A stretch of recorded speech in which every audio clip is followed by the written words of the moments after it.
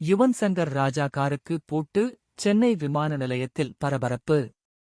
சென்னை விமான நிலையத்தில் இசையமைப்பாளர் யுவன் சங்கர் ராஜா, இயக்குனர் வெங்கட் பிரபு ஆகியோரின் கார்களுக்கு பூட்டு போடப்பட்டதால் சிறிது நேரம் அங்கு பரபரப்பு நிலவியது. பிரபல இசையமைப்பாளர் இளையராஜாவின் மகளும் பாடகியுமான பவதாரணி உடல்நலக்குறைவால் நேற்று முன்தினம் காலமானார். ஆயுர்வேத சிகிச்சை பெற இலங்கை சென்றிருந்த நிலையில் உடல்நலக்குறைவு ஏற்பட்டு சிகிச்சை பலனின்றி அவர் உயிரிழந்தார். இதையடுத்து அவரது உடல் இலங்கையிலிருந்து நேற்று விமானம் மூலம் சென்னை கொண்டு வரப்பட்டது.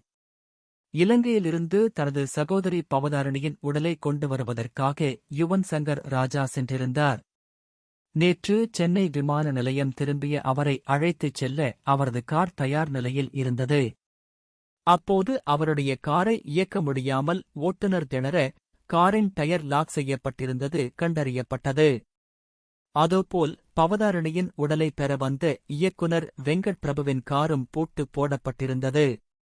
இதையடுத்து விமான நிலைய அதிகாரிகளிடம் இதுகுறித்து தகவல் தெரிவித்ததையடுத்து இருவருடைய காரில் இருந்த பூட்டும் அகற்றப்பட்டது.